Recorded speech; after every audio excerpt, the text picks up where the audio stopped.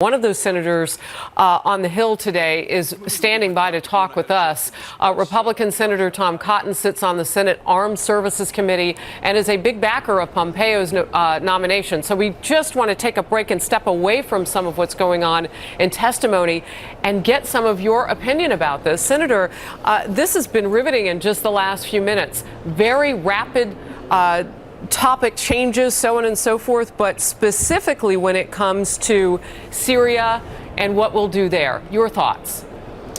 Yeah, well, thanks for having me on first to discuss Director Pompeo's nomination to be our Secretary of State. I do strongly support him. I believe he'll be confirmed in the next couple of weeks, and I think he'll be a great Secretary of State, not only for the President, but for our country.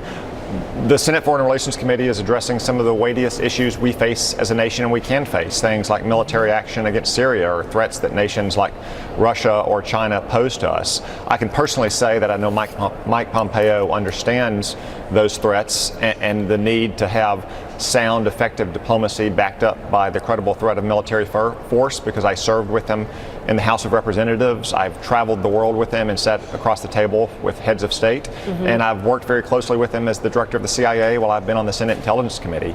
I think he's handled himself very well today. He's been respectful towards members of the committee. He's addressed their questions as best he can, given the constraints of not being able to see the future and see all of the challenges that we might face during his tenure as Secretary of State. You know, Senator Cotton, what was interesting, too, that he was asked several times about the Russia investigation and ongoing and whether or not he'd met with the special counsel, Robert Mueller. And time again, as the CIA director, he cannot comment, he said, at this point. What did you make of it?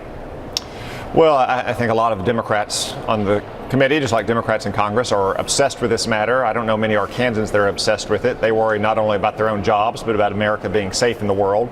That's what Mike Pompeo has dedicated himself to, not just as the CIA director, but over a lifetime, to include career or service as an Army officer. I can tell you, as a member of the Senate Intelligence Committee, under Director Pompeo, the CIA has been extraordinarily forthcoming to provide us all of the documents and access to potential witnesses we might need. I can also tell you that the CIA has a relatively limited role in our review. This is much more a matter for the FBI, which is our main counterintelligence agency.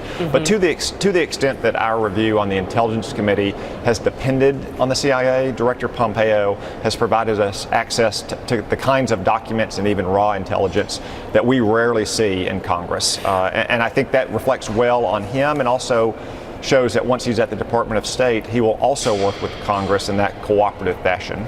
Senator Cotton, are there any bumps that you see so far on the road to confirmation? There have been so many topics that have come up and some interesting points and back and forth. But is there anything that you see on the horizon and you say, oh, that's going to be a problem?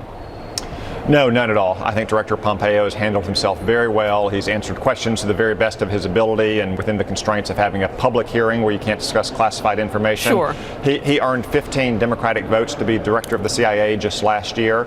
I see no reason why all 15 of those Democrats wouldn't want to vote for him in this position. And for that matter, for the other Democrats who opposed him last year, he now has 16 months of track record running an executive branch agency. And by all accounts, he's done that exceptionally well. He's helped restore high morale to the CIA. Frankly, the State Department could use that right now, too.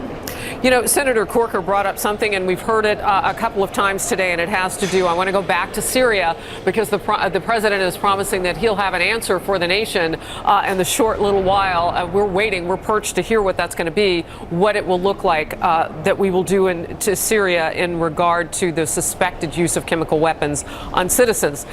Senator Corker says the president has the authority to make surgical strikes. We saw President Obama do this in Libya, even though Corker says, I didn't agree with the politics of why he did it, but he said he had the right to do it. What is the takeaway for the American people with this discussion today with Pompeo on that? Well, first, I believe, as Director Pompeo said, the president always has the inherent authority under our Constitution to employ military force to protect the United States' interests. That's been the case going back to the beginning of our republic, you know, when we were fighting the Barbary pirates off the coast of Libya and the Mediterranean. Congress has a co-equal power, of course. We could defund those operations, and that's happened over the course of our history as well. It almost happened in the Iraq War just in the last decade. That's the simple and equal power that Congress has, but there's no doubt that any president has the constitutional power to employ force to protect U.S. interests. as they are continuing with the hearing today with Mike Pompeo for Secretary of State. It was so great to get you to talk with us there from the Hill.